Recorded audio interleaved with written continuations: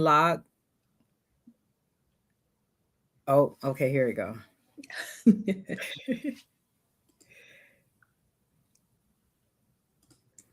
Okay. It looks like we are live. Welcome to the second episode, season 2, Unlock the Science of Beauty. My name is Sakia Donaldson. I am your host and founder of the Science of Beauty. And before we get started, we would like to say thank you to our gracious host, Maya Vana TV, for hosting us on their amazing platform. And today we have a super duper special, amazing guest that I have been manifesting ever since I started this series last year. I was like, I got to get Manessa on the show, but Manessa is a busy girl. And, Manessa has things to do. And so I'm so very grateful that she was able to join us today. So before I introduce her, I want to tell you guys a little bit about her. Miss Manessa Lormejuste is a beauty scientist, product development strategist, and founder of LORM-CO, a consultancy and that partners with brands to build science-backed, commercially resident products across skincare, hair, body, and color cosmetics. Known for bridging deep technical expertise with business strategy, she has led innovation and product launches for global and emerging brands alike. Manessa began her career as a formulation chemist at L'Oreal USA, developing award-winning technologies across hair color, hair care, and skincare. She went on to drive product development at Beauty Counter and Pharmacy Beauty, shaping high-growth innovation pipelines and translating complex science into compelling consumer experiences. In 2024, she launched LORM-CO to advise fast-growing founders and established companies on innovation strategies, technical development, and product excellence. She also serves as scientific advisor to Mara, M-M-A-R-A. Mara, yes. Mara, a beauty tech company advancing personalized textured hair care through data and digital intelligence. Recognized as LinkedIn Top Voices in Beauty and a 2024 Top 30 Beauty Product Developer and Beauty Independent, Manessa holds a BA in Chemical Biology and an MBS in Personal Care Science from the Rutgers University. Y'all give it up for my girl, Manessa. Are you rah? I had to get that right. Because sometimes, you just got to get the people the stats and let them know what's going on. So thank you so much for joining me, Manessa. Thanks for having me. So this was definitely a long time coming. Manessa and I share a lot of firsts. So a few years ago, when I was really just starting out in the science of beauty, and I think it was my second program that I had did, and I had saw her on LinkedIn. And I was just like, wow, this girl is amazing. Like, she's beautiful. She's fly. Like, I had already gave her the name like Chemist Barbie. That was my thing. And that was the year Barbie came out too. Yes, that was the year the Barbie movie came out. And it was like, this is Chemist Barbie. And so she was like, when I thought of the concept of the science of beauty and what I wanted the young women to see as far as representation, I just felt like you just embodied that, right? You were fly, you were stylish, you were beautiful, and you were a chemist. I mean, you got degrees from Rutgers. That's not a small feat, right? And so I had reached out to Manessa and we set up a call, and she ended up flying down to Tampa, and we hosted her here, and she was the keynote speaker for our program that year. And the girls still talk about it. It still resonated with them. She came, she had on her pink lab coat, and she had her wand curls, baby, and she had her pink heels laced up. I said, oh, she giving looks in the lab, honey. And so, like I said, it was just a lot of firsts. And I know at that time, you were transitioning from out of corporate, going more into consulting and content creation and things like that. And you were just like, wow, this is the first time that somebody booked me and flew me out. Girl, we flew you out, girl. I did. We flew my girl out. We put her up. We rolled out the red carpet for her. We just wanted her to feel so amazing. And now she's traveling all around the world. She's at Cosmo Pro. She's at all these beauty conferences. And so, it all started with the science of beauty, and we love that for her. So, again, thank you so much for joining us. No problem. Thank you so much for having me. Yes, yes, yes. So, you want to tell the people a little bit about yourself, maybe some things that I didn't get to mention? Sure. Let's see. I call myself a girly nerd, right? Like I think you covered it. I love anything pink, anything girly, but for me, I think it's really important to be authentic in the work that you do. I talk a lot about my points of view when it comes to beauty. Like there are certain pillars that I believe in. I believe in sustainability. I believe in innovation. I believe in biotechnology. And in a lot of ways in which I approach product development, I always think of it through the lens of how can this be as disruptive as possible? How can founders push the bar a little bit further? And for me, it's all about bringing a unique experience to the market. Like I don't believe in bringing a product to the market that's a replica of something that exists, right? I don't think that that is the point of innovation. That's not the point of newness. And so I think there are really firm pillars that I have when it comes to product development. But I also balance that by doing a lot of work on my personal self, right? Like you mentioned, I like to travel. I've been traveling since I studied abroad in Paris almost 10 years ago. Actually, I've traveled to a lot of continents. Recently, I did a trip to Australia. And I like to approach my career as like a balance of professional accomplishments, but also personal accomplishments as well. Like, I don't believe in doing all the things you've ever wanted to do when you retire, right? Like, Right. I actually believe in micro retirement. So throughout my career, if I was ever like laid off from a job, I'm like, okay, trip booked, right? Yeah, Like, I got a few weeks. like I don't believe in like letting things really like dim my light, right? I see a lot of things as just like an opportunity to pivot and do things differently. And I think that that's something that resonates well with the story of my career is like taking the pivots as they come. I don't think I've ever actually waited for something or like I guess you could say like in moments where I'm experiencing a pivot, I kind of take that as the charge to pursue something else. Yeah. And so I'm I love always thinking how I can kind of like keep improving myself from there. I love that. I love that. So let's get into this discussion a little bit.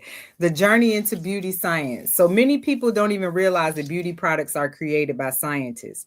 What first sparked your interest in cosmetic chemistry, and when did you realize that this can actually be a career? I mean, I know the story, but share it with share it with the others. It's interesting because every time I share this story, it almost feels unreal.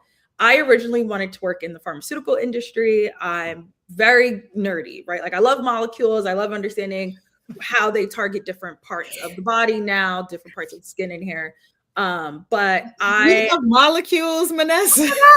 hello, do you see the logo? Like, don't play with it. I love molecules. Like, I love molecules. I used to like in college have to redo molecules like in 3D models. And I was actually thinking about it the other day. I lost one of my 3D models from college, but I'm gonna buy it again.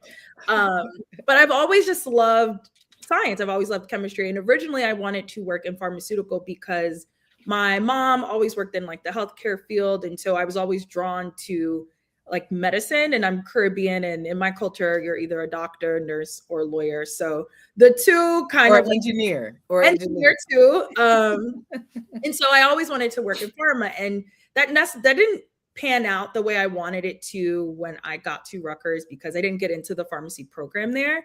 But what I did do was study just general chemistry. And over time, just from a Google search, right, which is I find so ironic because now someone would probably do this through Chat GPT or Claude. I kind of Googled like, what do chemistry majors do, right? Like I didn't grow up with role models that studied chemistry or anything like that. So it was really being Google kind of locked in to decide what I was going to do for work. And I learned that you could do things like agricultural chemistry, food chemistry, automotive chemistry, and then the term cosmetic chemistry kind of like came, and I was like, well, what is that? Until this day, I remember like going down the rabbit hole, finding out that L'Oreal hired cosmetic chemists, Estee Lauder hired cosmetic chemists, P&G hired cosmetic chemists. And these were all companies I know of, right? Like we all know of them, especially from like a mass market perspective. And then I kind of just read the job description of a cosmetic chemist or a cosmetic formulator at L'Oreal. And I was like, wow, like this is exactly what I want to do. I grew up very obsessed with mascara, eyeshadow, lip gloss, right? Like to me, it was extremely practical to think about, oh, like I could just make lip gloss. Like, oh, I could make lotion. And that's kind of how I discovered the field. And then really pushed to get an internship at L'Oreal when I was in undergrad. And then that led me to intern one summer. And then I got my first big girl job at L'Oreal. Listen, the Google search is going to save the day every Every time. time. Every time the Google search is going to save the day. And when I talk to so many women and people in this space, they have a similar story. Like there was no blueprint, there was no straight path. It was kind of like, oh, you can do this. And in all honesty, that's how I became a fashion stylist. I didn't know what a fashion stylist was. I used to, when I was in school, I Yeah. used to work at a recording studio in Atlanta. I was like the girl that sat at the front desk and answered the phone. And I used to have to open up all the mail with all the mixtapes and people sending their tapes in and stuff. And you know, people just used to always compliment me like, oh, Sakia, you look so nice. Like, I love the way you dress. You're fly. And then one day somebody was like, oh, you should be a stylist. And I was like, well, what is that? And they were like, oh, Exactly. you know, you can dress artists for music videos. And I was like, for real? They going to pay me? And they were like, yeah. And they were like, yeah. And that was the time, like, when Atlanta had the music industry in a chokehold, like it was just starting Right. out. And that's literally how I became a stylist. I was going to school for marketing, and somebody just so happened to tell me that that existed, and boom, 20 years later, that's what it was. So definitely. So if you guys are watching, at the end, we'll take questions. So if you have questions, please put them in the comment section. So let's continue. You started your career at L'Oreal, like you stated, developing award-winning technologies. What does the process of creating a beauty product actually look like from bench to shelf? I think this is a great question because the process can look so differently depending on the stage the company is in, where the founder is at in kind of like developing the brand. But it all starts with a concept, right? And so the concept is like an overall idea of what you want the product to look like, feel like, smell like, what ingredients you want it to have. But even before really refining a concept, you have to do like market research, right? Like I mentioned earlier, I don't think that there's necessarily a point of bringing something to the market unless you have like a white space or newness opportunity. And so sometimes that is looking at where retail is right now, like what are brands launching, how are they communicating product benefits. Sometimes it's thinking about where the next 5-10 years of the industry is going, right? Because sometimes you want to develop and be ahead of the trend. You Right. don't always want to be chasing trends. And so I think about it as like compiling a lot of different data points. So you're looking at the market, you're looking at the numbers, you're looking at textures, you're looking at ingredients, and then you create this high level idea of what the product is that you want. And then you pitch that to an R&D team if you have one internally, or a contract manufacturing facility to formulate for you. And so that then becomes an iterative process where they make the prototype, they send it to you, you evaluate it. You might like the way it feels. You might hate the way it feels. You might want to make it pink. You might want to make it more white. You might want to change the fragrance, right? You might want to scrap all the ingredients that you originally thought you wanted and then change direction entirely. And so a lot of times I've seen that kind of go through like 3 or 4 rounds of refinement between the product development marketing team and then the lab. Once the formula is pretty much approved, you would then put it through stability testing, right? Because you want to make sure the formula is stable. Sometimes, right, no matter how many times you've made a product on the bench, it could just be unstable, it could destabilize. And so stability testing is a big source of information gathering for how long the product would be viable on the shelf.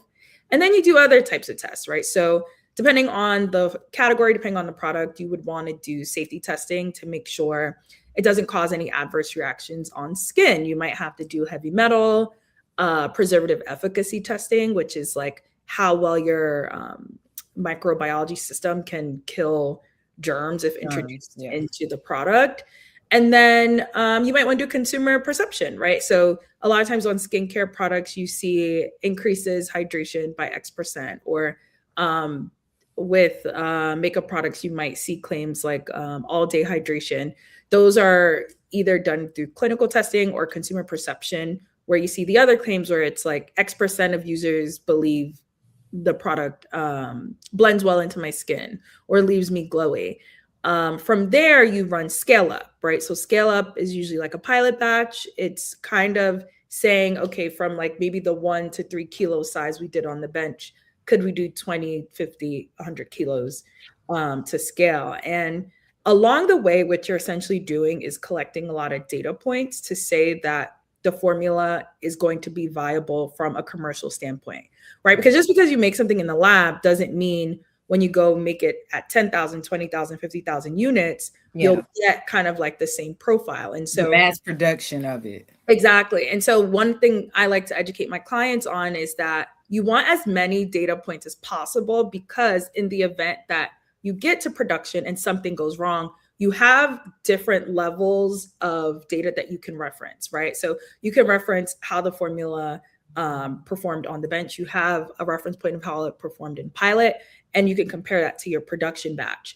I usually say the timing between pilot to production is usually the shortest. Once you pass pilot and you know that your formula is going to be okay in the packaging you select, you know it dispenses well, it's pretty much you're just crossing your fingers that in production nothing else goes crazy. I would say the thing about product development is that no two projects are the same. I've worked on projects where at the onset it seemed like it was going to be an easy win, and then you get to pilot and you're like, this texture is completely off.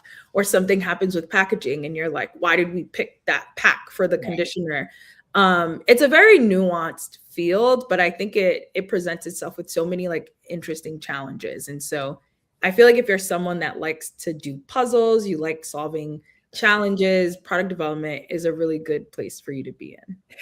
Yeah. So something that you said that I talk to my students a lot Yeah. about is like um engineering, like packaging, right? And Yes. so that's a very important thing. And I tell them, like, how I describe it to them, it's like, we've all had that container of lotion, and it gets down to probably like a quarter of the product in the bottom of the bottle, and you can't get it out through Yep. the pump. You have to take the pump off, and you got to beat it in your hand like Like, this why to are we get doing all of that? Like, or my not my favorite, but the one that I hate is like if you have a pump and you're dispensing something creamy and the orifice is so tiny. Why? What right. are you doing here? It's like, how is it gonna move freely through that? And Yes. it's like, I don't want to pay this amount of money for a product and 25% of it is still left in the bottom of the bottle. Like, that's not what we're doing.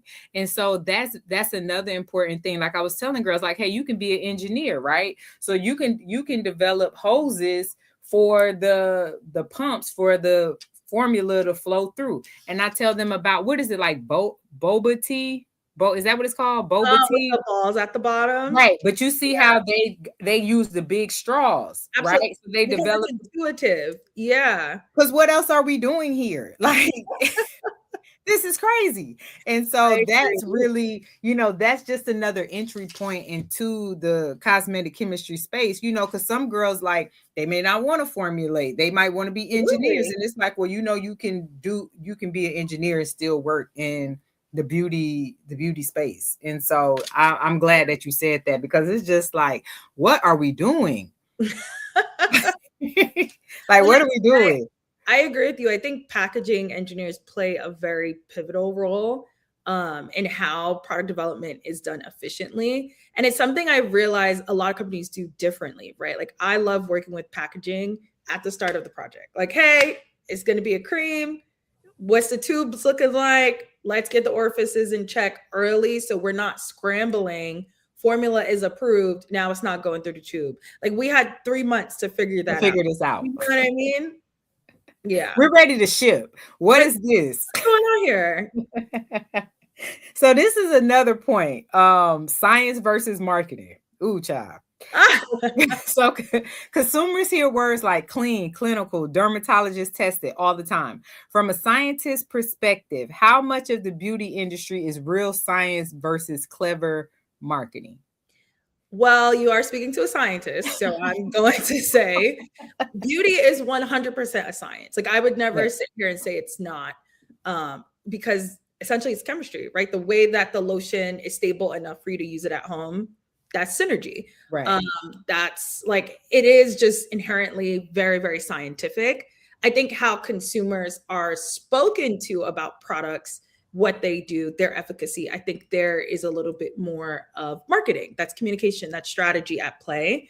But I think when it comes to things like if you see claims, right? Mhm. Clinical claims, that is validated by a study. There's a testing method that says you can only say you have 8 hours of hydration if you do a study specifically this way. You can only say like reduces hair breakage by 20% if it's validated by a study. So I think it really depends on what type of information the consumer is listening to say, okay, is this clever marketing or is this backed by science? But I think formulas inherently are a scientific feat, right? The way that you're able to emulsify water with oils to create emulsions, that's science. But when you talk about things like, oh, how clean is this product? Perhaps that is more of a marketing term because clean, there's no scientific definition for clean. Right. One of the things I've seen is that brands often adapt their own meaning to clean, right? Sometimes that's done based on what the founder believes in,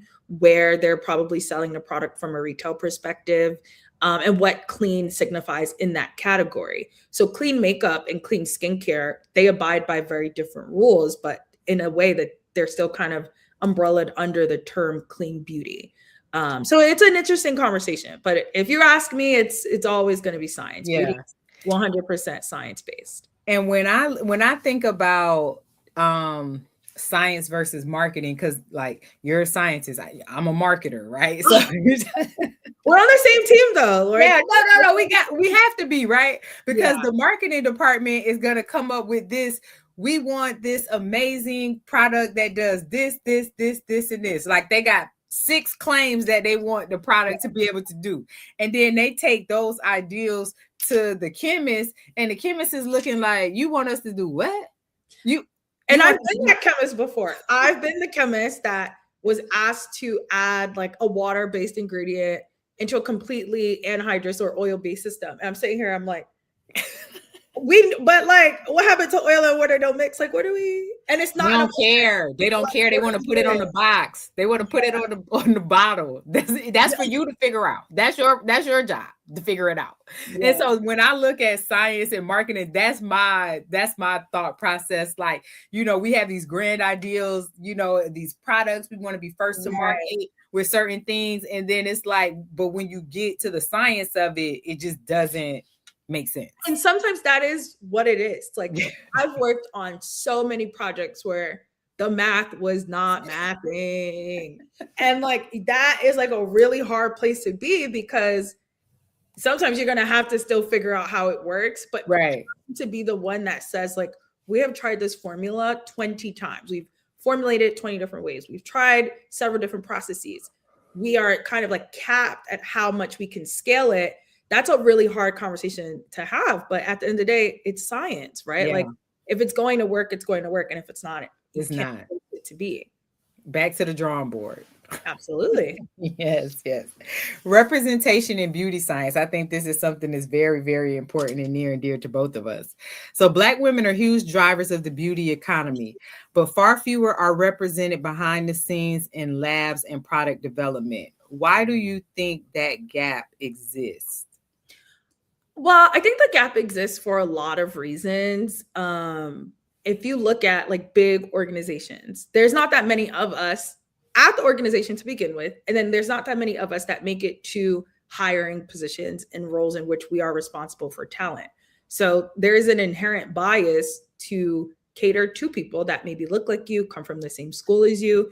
And so if you think about it, it's like we're not even in the decision making seat to reach back and grab one of our own to put in these positions. The other thing I think happens a lot is that Black women tend to tend to be underrepresented in STEM in general. This is Yeah. actually something I've researched for years. Since I was in undergrad, I was always in like STEM programs, like programs where it's like, okay, let's increase the number of Black women, Black students in STEM. But even with that, I would still be like one of the only. Like I remember being one of the only Black girls in my 350 person general chemistry class. That's the intro. General. I would say that's the baseline. Yes. So what do you think happens after it's Gen Chem? And Then then it's you have to go workload, into then it's your analytical, where the class gets smaller.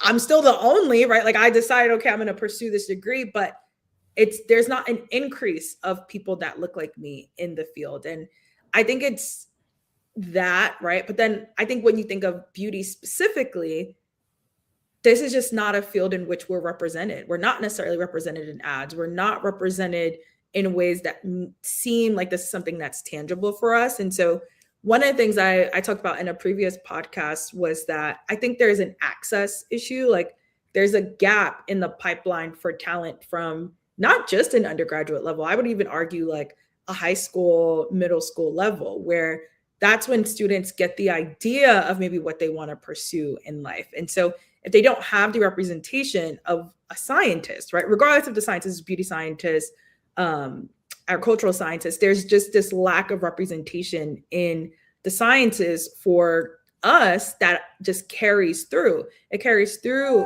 higher education. It carries through like entry level corporate jobs, and then it carries through mid career. But one of the things I will say I feel I'm seeing a little bit more of is social media kind of showing more of a behind the scenes aspect of people in their careers.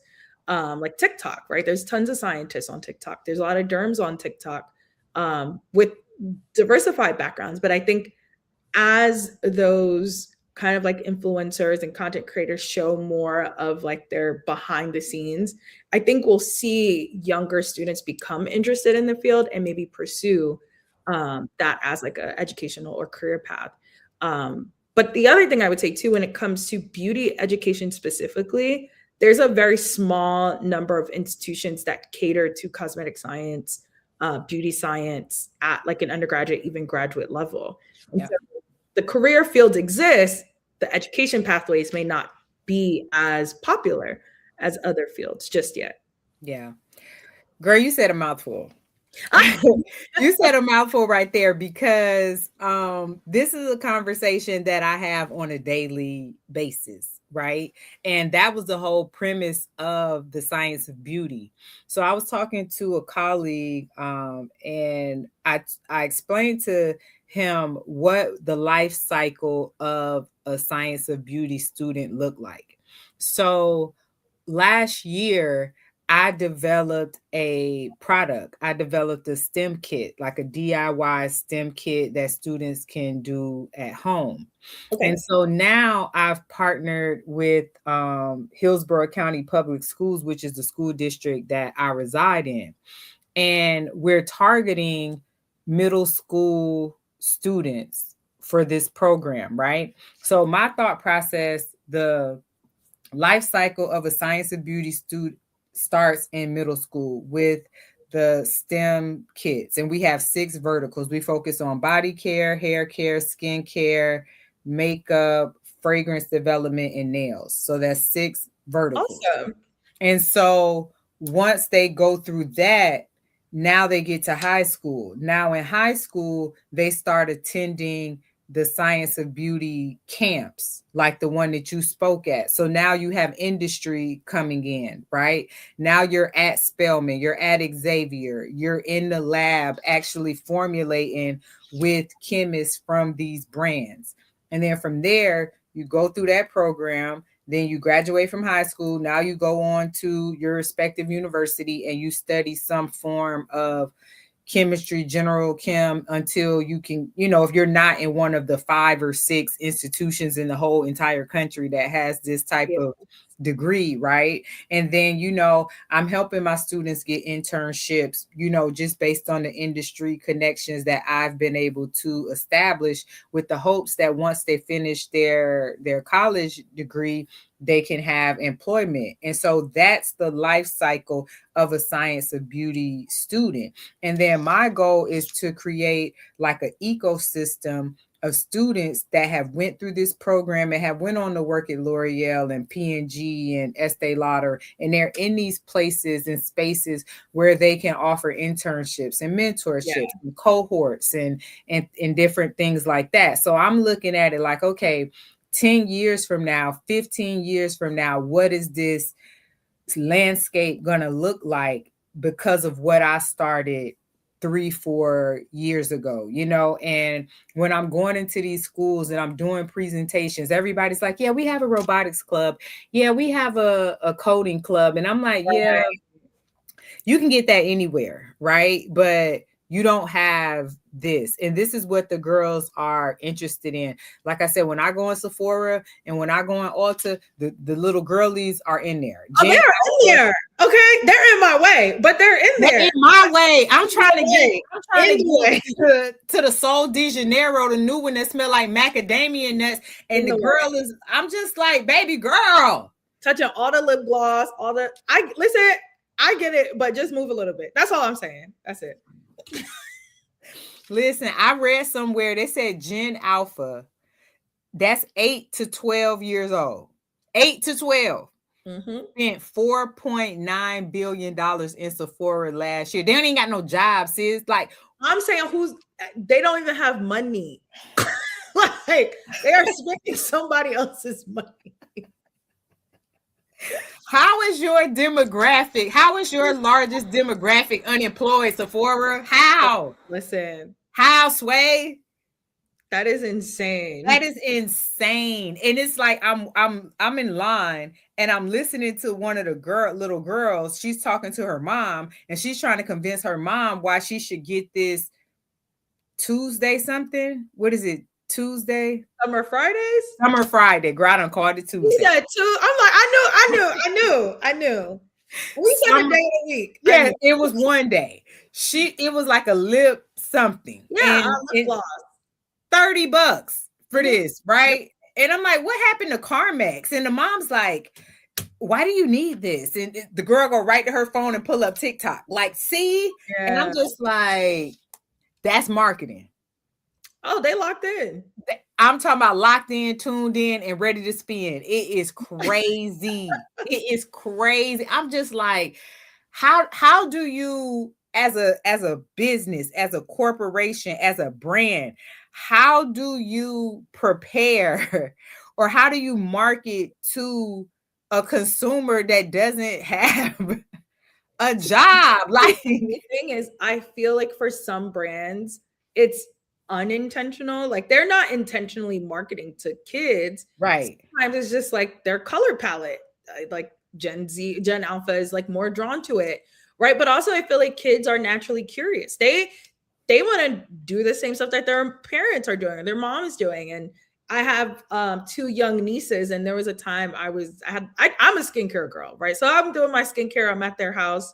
She's like, TT, what is that? Like, what are you doing? And I was like, let me just give her. I took a paper towel and I cut slits out for the eye, and I just put some water on it because I'm not going to put the same stuff I use on her. Right. And I was like, I don't want her to feel like she's not included or like I don't want to play with her. So we're both on the couch, face mask. Hers has water. She doesn't know. Like she's just vibing. She's just vibing. Yeah, she just got her feet up, drinking her water like her TT. But like that to me is more appropriate for kids. Like, correct. I'm not buying a child the same lip gloss that I spend my hard earned money. We not doing it. My friend called me like, Angel wants this Glow Recipe toner. I'm like, girl, I use Glow Recipe. She doesn't need it. It's $40 and it has hyaluronic acid in it. She don't need it. It's crazy. It's crazy. So switching gears a little bit from chemist to founder. So you transition from working inside major beauty companies to launching your own consultancy, LORM-CO. What pushed you to make the leap from scientist to entrepreneur? So I think this one is more of I kind of had to move with the market. So earlier in the conversation, I talked about like knowing when to pivot. I had worked for 2 startups. startups like crash and burn, ran out of money, ended up being laid off twice. And in the pursuit of another job, I realized I didn't want to sign up for the same thing. I didn't want to go work for another startup, who knows, in another year or two crashes and burns. So I was also at the time getting a lot of like inbound requests for consulting projects, right? Whether it was like from a content perspective, there were companies I helped with like their growth marketing from like my POV as a chemist.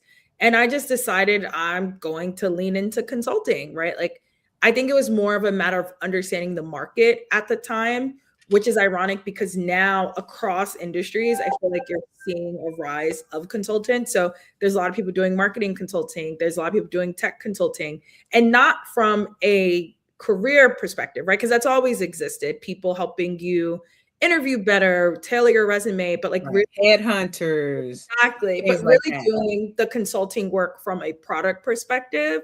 And I absolutely love it. I think it's very suiting for me.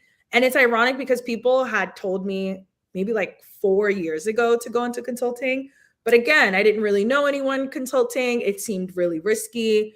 And I think I'm front facing enough. I have enough industry connections where I do kind of just get opportunities. Like people will find me, whether it's through Google, whether it's through word of mouth, that it's been able to sustain itself for the last 2 years. And year over year, I do feel like I'm growing in my business, and it's been a really interesting ride. It's tested my faith, my confidence a lot. But I really enjoyed the space that I'm at right now.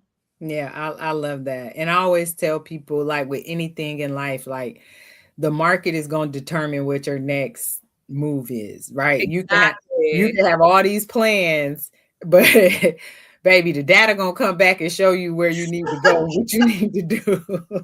No, 100%. 100%. Yeah, yeah, and that's what I said. Like I was talking to someone and I was like, listen, I just look at patterns and I analyze data. That's all I do. I don't Yeah.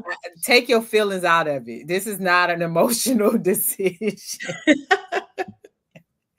I'm just listen. The data shows that I need to go on. So I'm just gonna go I'm on. just going over here. Thanks.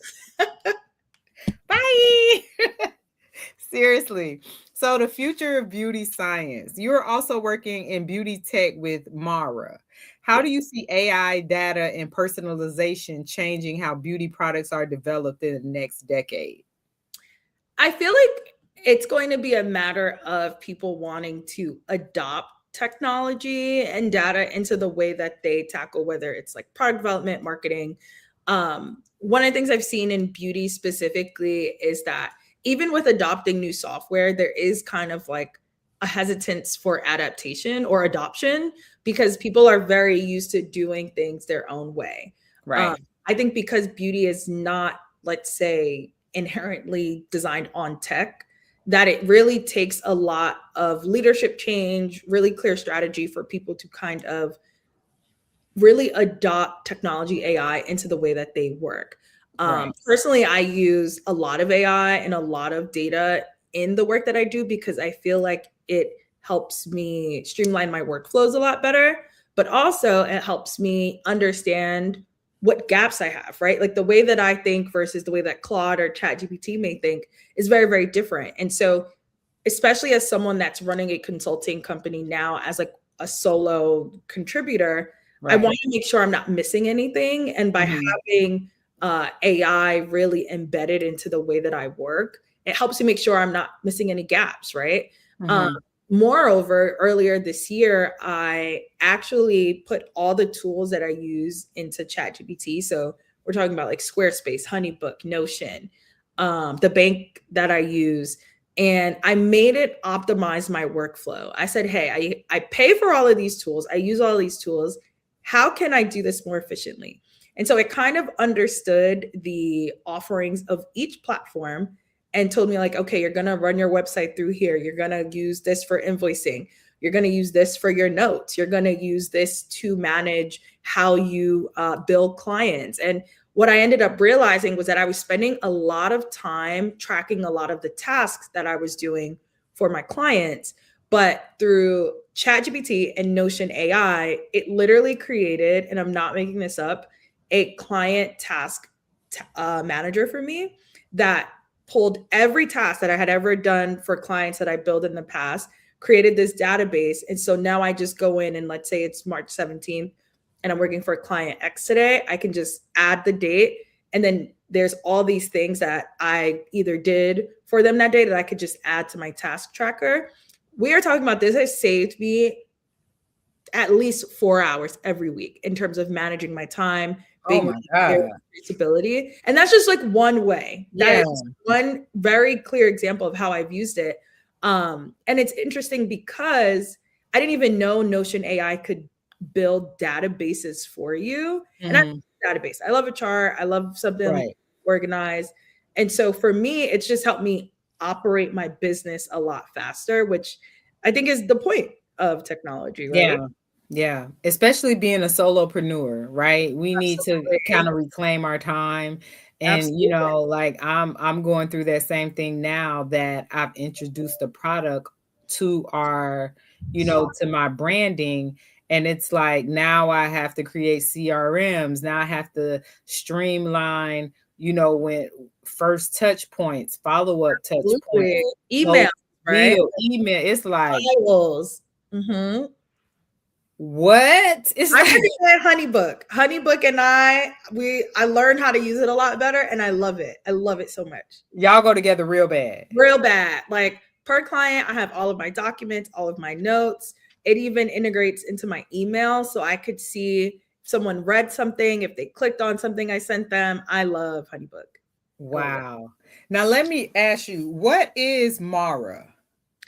Mara, we're kind of like in the phases of repositioning it, but Okay. previously it was an app where users could go in and track a lot of products that they were using to minimize hair loss. So it would help you understand what shampoo, conditioner you're using, ingredients that were in there, and really tailor more of a custom regimen for you to take better care of your hair.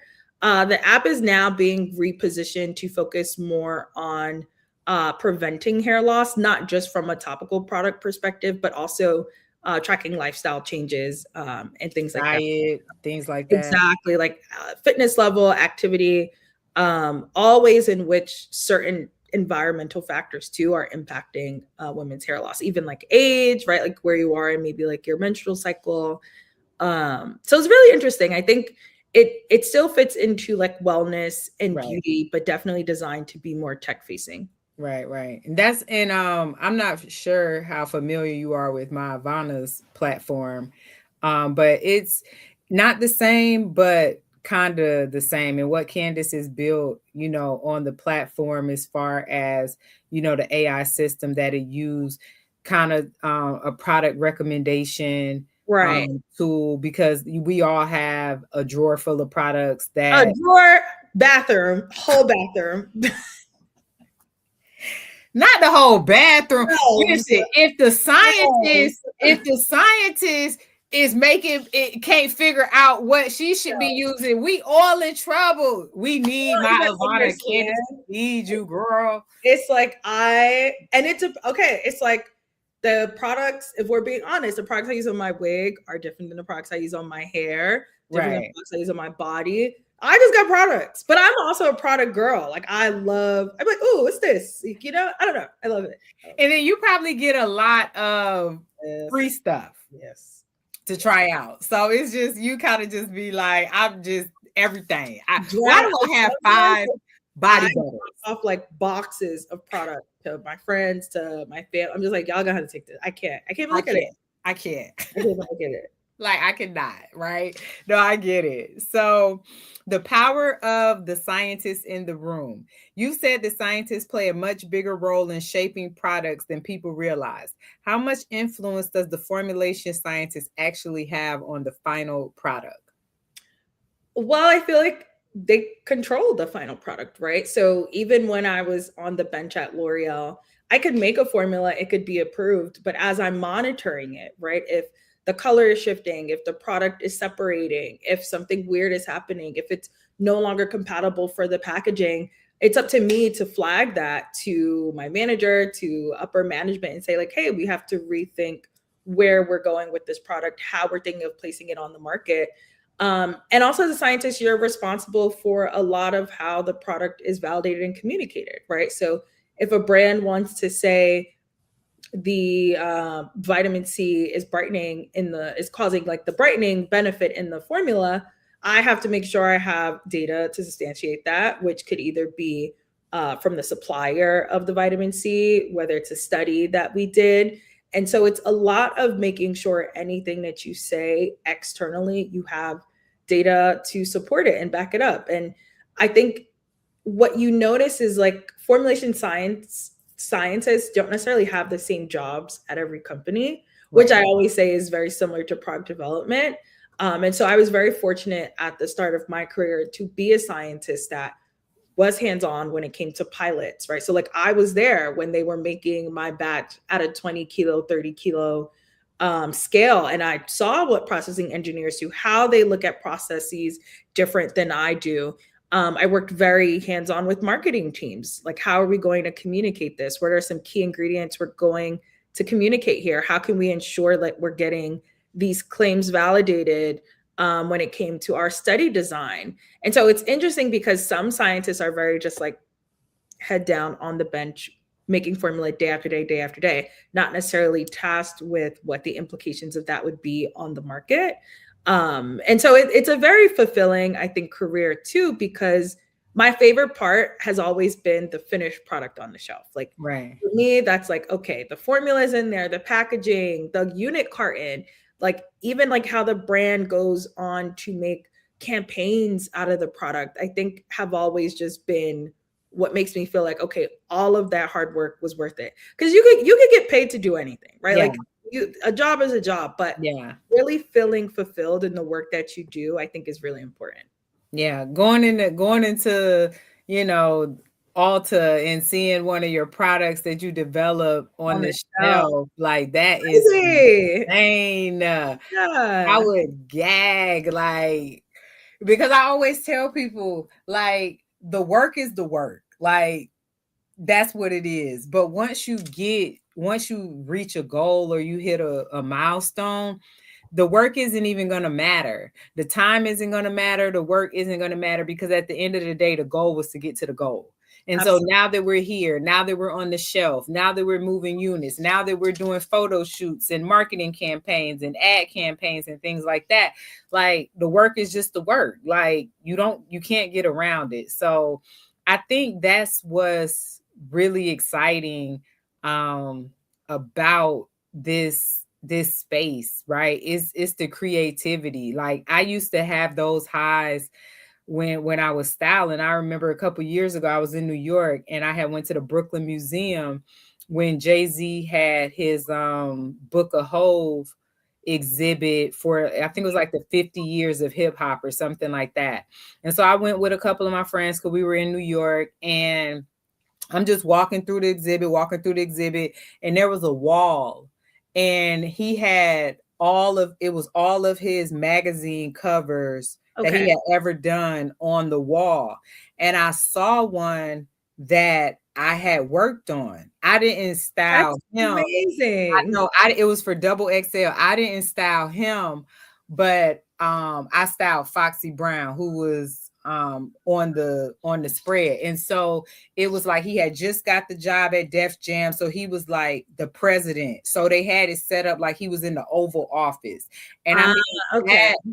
that photo shoot was crazy. Like, Kanye's there, LeBron is there, Foxy is there, like everybody is there. And like when I saw it in the museum, I kind of like gasped because it had happened so long ago. Like, I had totally even forgot Yep. that Yep. that had happened. And when I'm walking through and I saw it, I kind of was like, oh my God, like, and I don't know if I had a little tear or something like that, but it was just like, dang, like when you create things and they're kind of solidified in a moment and visually and tangible, where you can touch it and feel it and revisit it, it just gives it a whole different meaning. And I think that's why, as creatives, we're so passionate about the things that we do and that we create. So yeah, I mean, being a young girl creating a skincare product that loves skincare, girl, I know you be in heaven. No, And you it's be. so interesting because as I've worked in beauty, my interests have changed too. So like Yeah. over the last year and a half, I've worked more on like color cosmetic products, which was what I wanted to do originally. Like when I first got to L'Oreal, I was begging them put me on a lipstick project. Like Please. I was begging. I was like, listen, I wear lipstick all the time. Like begging anybody that would listen to me, I'd be like, okay, can I get on the makeup team? Can I get on the makeup? And it didn't happen, right? So, which Yeah. is fine, right? Because I feel Yeah. like everything in my career has happened for a reason. Like I started Mhm. in hair color and it taught me how to be so meticulous. And so now I've gotten to work a lot with like color cosmetic founders. And a lot of the stuff I originally learned in hair color has been so transversal. And so I'm at a point where I can confidently say I've developed in every category. I've done body, I've done men's, I've done skin, I've done color, I've done hair, right? And that's not a feat that a lot of people can accomplish in the Right. time that I've done it, Right. which makes me feel really, really happy about my career, you Listen. That girl say I'm goated in several categories. know. Okay. Listen, sometimes you gotta slide your resume across the table because the people go play on your Don't you top. try to play with it. Don't play with me. Don't play with me. Not Okay. me. I'm Manessa Low. Hello? Get Not it the to not the not the low one, the big one. it. The biggest one. So we're our time is winding down a little bit. You guys, if you have any questions, definitely put them in the chat. We'll get to them once we wrap. So some advice for the next generation, for young girls who love beauty but also love science, especially those watching this conversation. What path should they explore if they want to work in cosmetic chemistry or product development? I always say it starts with a really strong science foundation, and science could be like STEM, right? So science, technology, engineering, or math. I think understanding science, how to analyze, how to hypothesize, how to come and draw conclusions is very key because in this industry, you have to think 10 steps ahead, right? So, like, I could have a client say to me, oh, Manessa, I want to launch a clear lip gloss. That sounds good. But like I know to be a successful brand, how many shades you need to have at launch, what color profile they need to be, what challenges that might pose when it comes to animating the next assortment of products. And so one of the things I've learned is to always think ahead. Even with one of the clients I'd been working with last year, as we're developing shades, I knew what the targets were, but I had a side note of all the other shades I knew she should launch to make her brand a little bit more cohesive and to continue to drive growth as the brand goes live. um, Mm-hmm. and for me, I think it's really important to just have a strong foundation in something because it doesn't matter where you start, it's just about where you're going, right? Like I could have said, oh, I've started in hair color and then never worked in another category, but that's not the career I wanted for myself. I knew that I was very interested in skincare. I knew I had a nose for fragrance. So I always put myself in positions of opportunity to kind of keep learning. I never stopped at where I started. I've always kind of learned and added to kind of like my skill set. And I think that's important because the industry is going to change, right? Like there's years where makeup is the hottest category. We're just kind of like slowing down from a big skincare rise. Skincare, yeah. Exactly. And so you have to be able to be dynamic. You have to be able to kind of like change as the categories do too. And I think also just betting on yourself. I think society does a really bad job of making young girls think that they have to follow one path. There's only one right way of doing things. And I completely disagree with that. I think you should listen to yourself, right? Like the heart's on, like the desires of your heart are there for a reason, right? Like Yeah. the desires you have, other people might not have, or they might not even execute it the same way that you do. And I think you would not only be doing yourself a disservice, but society a disservice if you don't really lean into that, and really see how far you can take it, right? Like entrepreneurship may not be for everybody, but that Right. doesn't mean you can't explore all of the interests that you have. I think just betting on you, right? Yeah. Like even in college, I had a lot of professors kind of like discredit me because I didn't want a PhD. But I knew I wanted to work in beauty, right? Like the other kids didn't know what they wanted to do, right? But I They always need to keep going to school till they figure it out. like, y'all could keep racking up all that debt that y'all doing over there because you don't know what you want to do. But I always was clear on what I wanted to do. And if Yeah. someone told me no, I just would ask somebody else. Like I would. I know this is like, okay, girl, you don't get the picture. You don't get the vision. You don't see the vision. Yeah, I'll next just door. move along. No Yeah. worries. No worries. But something you said with well, a few things that you said. Bet on yourself is kind of like my life's mantra, right? Yeah. Because like I said, I came from fashion. So when I came into this space, it was like first off, the people didn't understand. Like, Sakia, what? Like people thought I was saying like stem cells. Like, and I'm like, no, this. And they're just like, oh, okay, and I think for me, people wouldn't really tell me to my face, like, girl, you is crazy. But, some of the things, the roundabout way, it was like, girl, you is crazy. But I saw the bigger picture. I saw the vision. I saw the gap, right? And I knew that I could fill the gap. And I like my first program that I put on, I didn't know anything about grants. I didn't know anything about sponsorships. I didn't know anything about in-kind product donation. I didn't know anything about anything.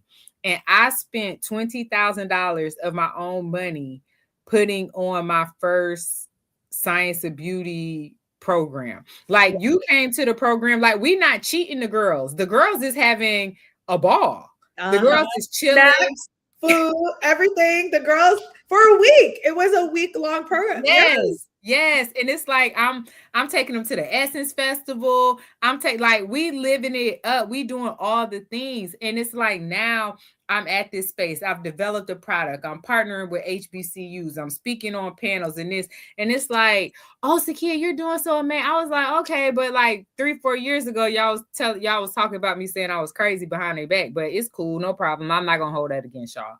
It's Right. cool. You know what I mean? And then another thing that you spoke about, skill stacking, right? That's very, very, very, very important. Very extremely important. Because at the end of the day, you have to be an outlier, right? You have to be able to separate yourself from the fray and bring something, whether it's your lived experience, whether it's your knowledge, whether it's your network, whether it's your resources. You have to be able to bring something different to the customer and able to, in order to be successful. Like we're so saturated and bombarded with information and things like that. It's like, what's going to make you stand out from the fray? So to wrap things up, Manessa, your career sits at the intersection of science, innovation, and business strategy. What does it truly mean to go beyond the formula in the beauty industry today? Ooh, that is juicy. I think it's about meeting the consumer where they are. I think we're at a very interesting time where it's not just about going to like a department store. Like something I remember with my mom when I was younger. We'd always go to Macy's. What's the lady at the Macy's counter talking about, right? Then that evolved to like me exploring CVS and like touching things. And I remember for prom, I went to the Mac counter. The way that people shop now is so different. So It's different. very So different. omni-channel, right? Like there's been times I've discovered fragrances that I'm obsessed with in the airport. So it's no longer like, oh, how am I shopping on the weekends? It's like beauty is immersive and omni-channel across so many different facets. I told you when I was traveling in Australia, I went to a makeup pop-up at the Australian Open. Like that just sounds crazy, right? But today consumers have this thirst for experiences. They have a thirst for activations. They have a thirst for one-off unique moments. And I think the more that brands can create these bespoke moments for consumers is how you build trust. It's how you build repeat customers. It's how you build loyalty.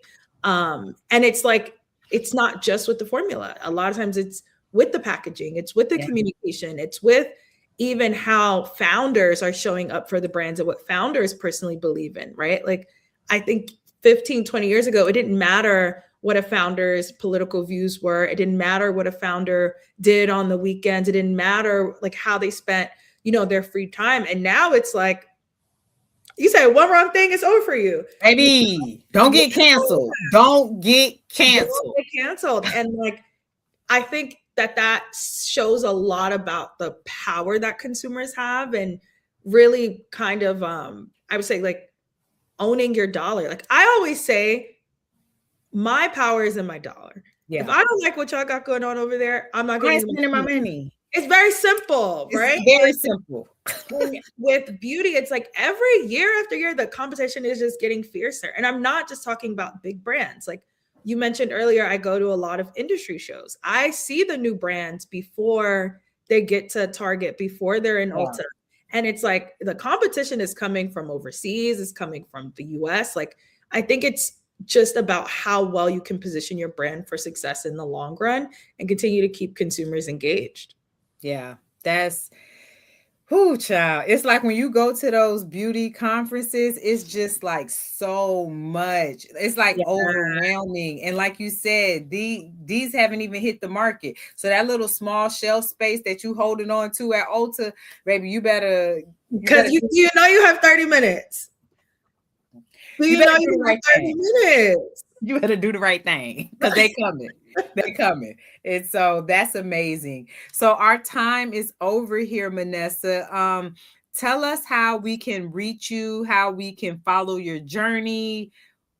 Tell us all the things where we can find you at. So you can find me on TikTok, Manessa Low. You can find me on LinkedIn, Manessa Lormejuste. And then if you ever have any questions about a product development project, or if you want to learn more about my PD process and services, you can visit LORM-CO.com.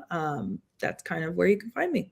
Yes, that girl is the LinkedIn queen, honey. That's my spot. She gonna be on LinkedIn doing her big one every chance she get. I love that for you. So again, Manessa, this was very, very important. This conversation was very important for me to bring to our Science of Beauty and my Ivana audience, just because, I saw the transition from you going from corporate, to entrepreneurship, going from a chemist to a consultant. And it's just been an amazing journey. Like every time I'm on LinkedIn and I see you, I'll be like, look at my girl. My girl doing her big one. I love it. I love it. I love it. And many blessings to you. If you guys want to follow the Science of Beauty, you can follow us on Instagram, the Science of Beauty.hq.